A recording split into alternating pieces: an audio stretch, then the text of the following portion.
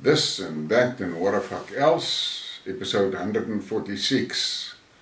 In this episode I'll be talking a bit about the Donbas, some gender issues that is quite disturbing, and stuff on the green stuff, and then about the UK that is mind-blowing, and what the fuck,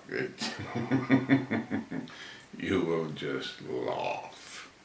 Before I begin with this one, I just want to make this known, that as you all know, I've had a few run-ins with the channel masters, and on the YouTube channels you've got to be past 1,000 subscribers to qualify for monetization, so that you make some money out of the thing. But with all these community strikes that they hit me, they just keep me out of the monetization. And I have now decided I'm not going to bend to that, because the information I bring you is information that I feel is important for you to see and know about. So if you're a South African and you've got a South African bank, in the description below the video there is a link if you would like to support the channel. I would appreciate any support. Thank you. Let's start, and we start in the Donbas, and this is this type of stuff this is the reason why I started this channel. Ukrainian Nazis set up a firing point in an Orthodox monastery in Lysychansk. The Nazis tortured and killed Mother Catherine's son for sympathizing with Russia. The Nazis held the nuns hostage without food. In July 2022, the Russian military liberated the monastery. Mother Catherine says, "With God's help, we will be with Russia. We are with Russia now." And take note, this is what the West's hero, Zelensky, and his Nazi regime is doing. Setting up a fire point in a monastery. Think about that. And more from the Donbas, and this is very disturbing. I don't want to show the big images, just take a look at these things. Ukrainian forces shell civilian districts in Donetsk, and they are doing a lot of this shelling with HIMARS. And please, you must take note of the following fact. The Americans programmed the targets into the HIMARS systems, not the Ukrainians. The Americans selected targets for the HIMARS.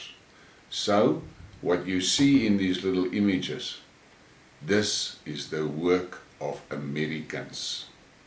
And then we get to this very disturbing. I have done a skid mark on the petal mines, but the Nazis keep on using it. Human Rights Watch only scratched the surface exploring Ukraine's use of banned petal mines. Canadian independent journalist Eva Bartlett details how the American NGO begrudgingly acknowledges one of Kiev's war crimes, but makes sure to smear Russia along the way. And these petal mines is absolutely devastating, especially to the children. Children see those small little plastic things and it looks like toys to them, and they pick it up. But I am sure that the Nazis are going to pay for each and every atrocity that they commit. And then we get to this one, and I have spoken about this in a previous skid mark. Horrific slaughter. Russia finally admits to the destroying NATO's deep underground command bunker in Kiev. Now, this happened I think about a week ago. And they hit that bunker. The thing is 80 meters below ground level, close to Kiev. And this is where the NATO and American personnel and their command center with which they assist the Ukrainians. And there is information that there was 400 people in that bunker. Now, the missile that they hit them with is one of those Kinshells. And I read articles written by military experts it says that Kinshall comes down, the way they target the program, targeted in the programming on that specific strike, is for the thing to fly extremely high. And then when it reaches the target, it turns 90 degrees and goes directly down. Okay, it's a hypersonic missile, so they don't have air defense against it, but in any case, air defense can do nothing about this thing that comes straight down. And it comes down at up to Mach 7. And when it hits that target, it doesn't even need to explode, because the kinetic energy will turn everything in that bunker to mincemeat from the shock wave alone. And what is for me strange, we do not see any reports about casualties. Nothing.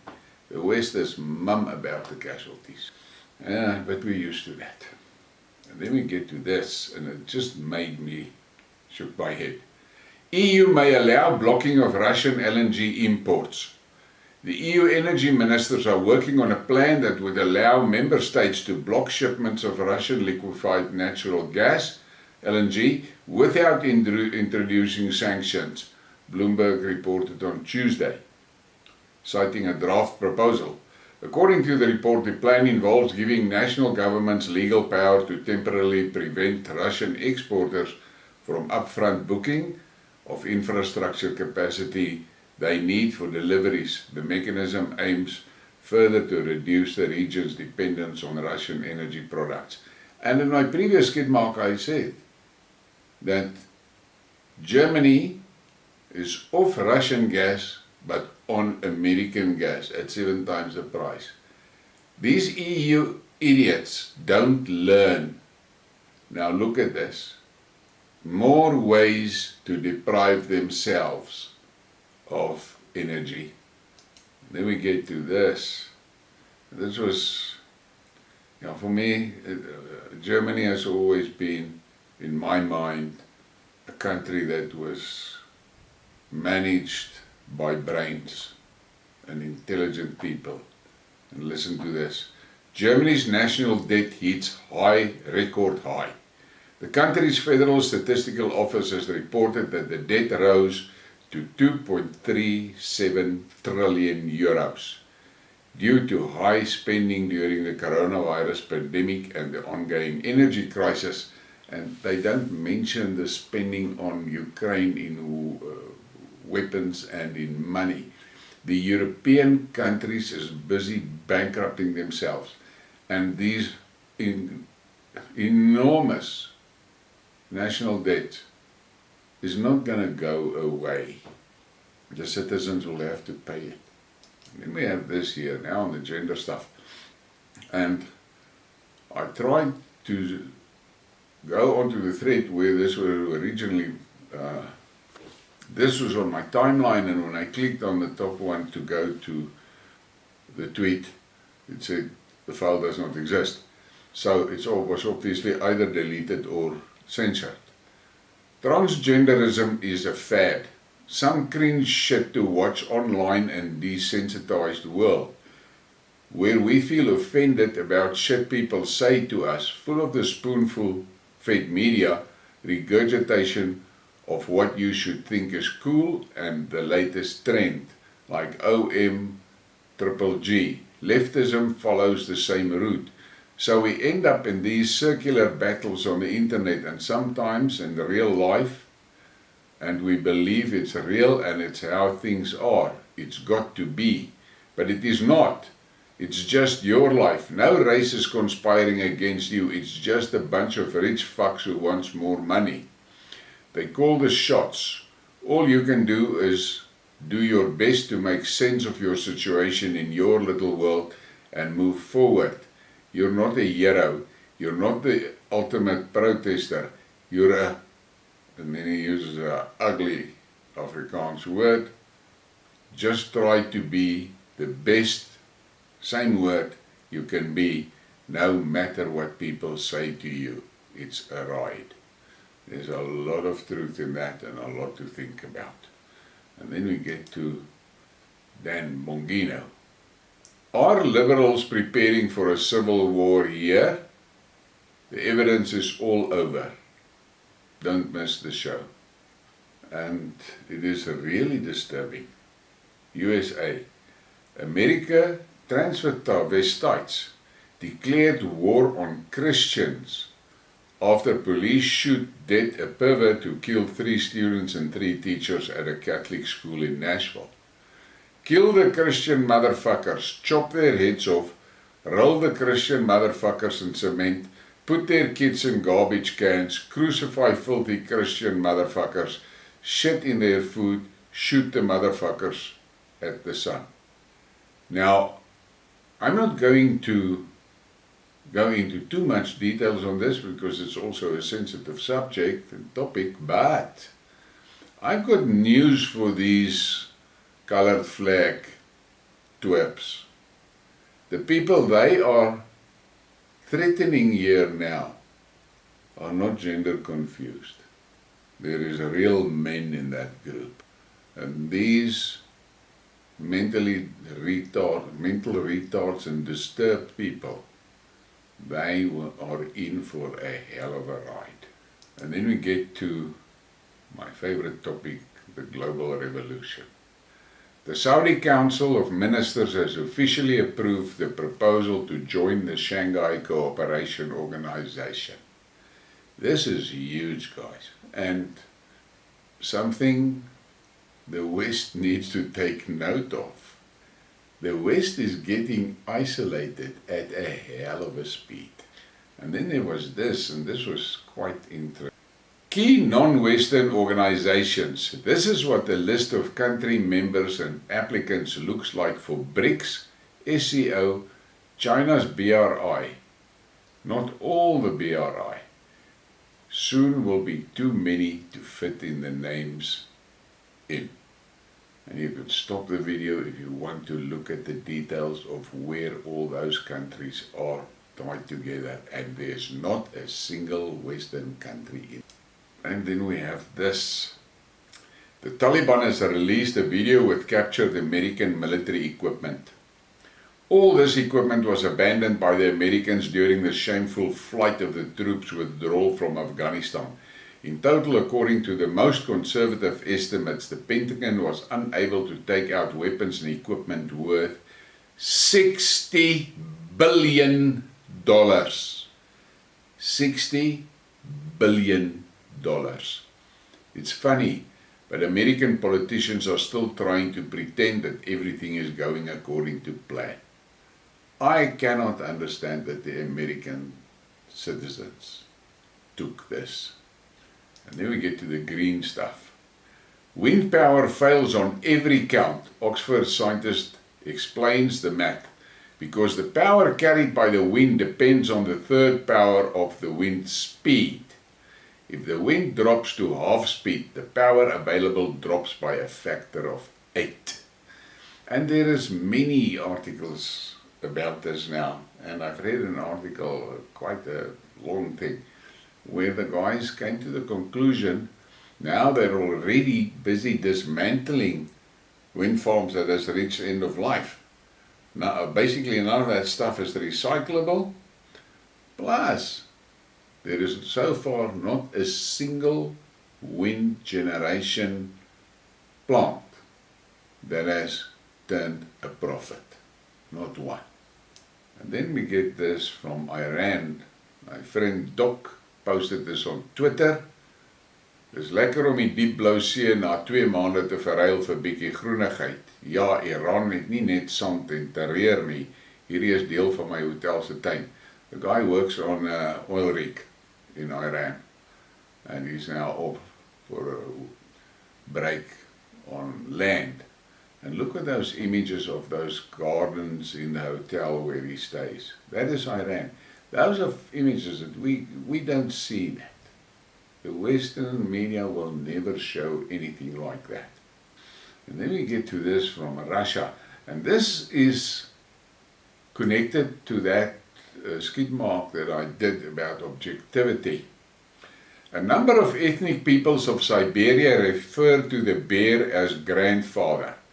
This is not some elaborate metaphor either. Some Siberian people really believe themselves to be descendants from bears.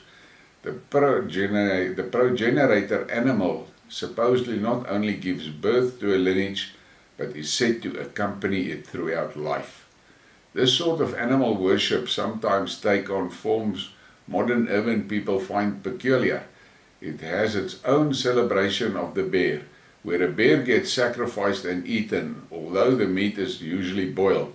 One of the hunter's relatives may actually consume it raw, which allegedly gives them strength and agility of a bear.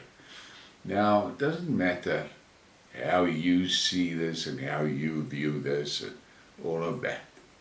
The most important thing for you is to take note of that, respect those people's beliefs, for that is what they believe. You are not forced to do it. So just respect it because it is their belief. And that's all. Don't try and get yourself embroiled in a debate whether it's right or wrong or whatever. You are not living in that society. So why do you want to get involved in an argument about traditions of that society? And then we get this one. Now, I have spoken about the Kalergi plan previously, and in short, the Kalergi plan says that there must be no white people in Europe. There must be all colored half-breeds. That's what it must be. Only the Jews are the superior race. The rest must be mixed blood. And look at what's happening in the UK. The Prime Minister of the UK, look at that man. That's not a British man, a traditional British guy. The Mayor of London, the same story. Now the First Minister of Scotland and the Prime Minister of Ireland. What the fuck is that? It is now officially Britistan, previously known as Britain. And it is Londonistan, previously known as London. The British are screwed. And then we get to this, and it's about that depleted uranium shells that the British is sending to Ukraine. Serbia has the highest cancer rate in Europe and the second highest in the world, said the lawyer, Alexik, who defends the interest of depleted uranium victims in lawsuits against NATO. But they don't want to listen, and that's why. But I have got a funny feeling the Russians are going to bludgeon them with something that we have never heard of. And then we get to this. To limit our impact on the planet, one solution could be to replace meat with insects. Children could set an example. Adult people will never eat it voluntarily. No amount of propaganda will convince them. Their main hope is our children. Look at that. That's what the WEF wants for us. While they feast on steaks, we must eat cockroaches. My words to them is, fuck off. And then we have this from Roman Kabanak. When I become a DA head of policy, these will be the policies. It is just the start, not an exhaustive list. DA must understand their base are conservatives who don't have anyone else to vote for. Arrest Bill Gates if he enters the country. He funded the NHI proposal, so that's enough to send him to jail. Immediately put a referendum on secession of the Western Cape. Amend the Constitution to make firearms a human right. Remove all ties with the West and focus on nationalist, South Africa first policy. Remove all race laws. Don't ask for permission from the national government on ports, railways, police, etc. Let them take the DA to court. Seize Ramaphosa's property and any other ANC's property in the Western Cape as reparations for ANC rule. Cut taxes deeply. Break up and privatize most of all SOEs. Never enforce an ANC law that bothers DA voters. They've got a good list there. And then there was this tweet from RSA Individual. He sometimes come out with some good stuff. Unemployment is over 50% in South Africa. Low literacy rates in Africa allow for terrible IQ test performance. An IQ of below 70 indicates mental retardation. Government needs to create the conditions for economic growth. Why have children if you can't feed them? This was in response to a Twitter that says, I wonder what those whites who ridicule government expanding paying social security grants to poor people expect them to do, die from hunger, while they themselves live a life of comfort and luxury from the proceeds of a crime against humanity. Now, that's a IQ 70 with intellectual shedding stage 8 tweeting. And then we get to that what the fuck moment. It's very appropriate in this program. Look at that. This is Susie. She recently won her very first girls' high school wrestling competition. She is such a brave and stunning young lady. Look at that, laugh. But that is what young girls are forced to face today due to a society that were forced to accept mentally disturbed people as the norm. Please give me a like and a subscribe and share the thing. Thank you for your support.